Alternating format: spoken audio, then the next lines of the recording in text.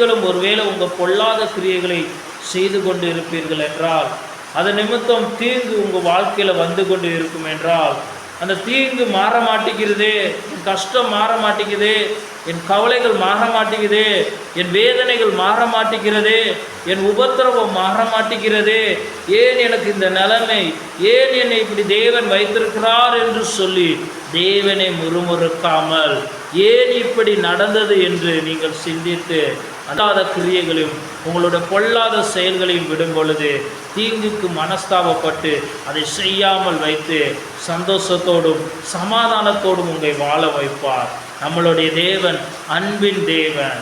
நமக்கு சமாதானம் உண்டாகணும் தான் அவர் தண்டனை பெற்றுக்கொண்டார். அதனால் ஆண்டவரே, நாங்கள் செய்தது தவறு, இனி அந்த தவறை செய்ய மாட்டோம் என்று சொல்லி உங்கள் பொல்லாத வழிகளை விட்டு திரும்பும் பொழுது நிச்சயம் தீங்குக்கு மனஸ்தாபப்படுவார்.